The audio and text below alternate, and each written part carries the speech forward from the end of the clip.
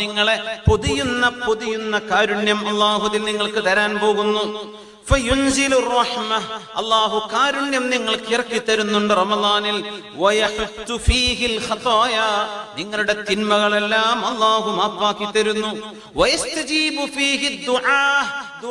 അല്ലാഹു നിങ്ങൾക്ക് സ്വീകരിക്കുന്നു. നിങ്ങളുടെ മത്സരം അല്ലാഹു നോക്കിക്കാണാൻ ആഗ്രഹിക്കുന്നു. യാ അല്ലാഹ്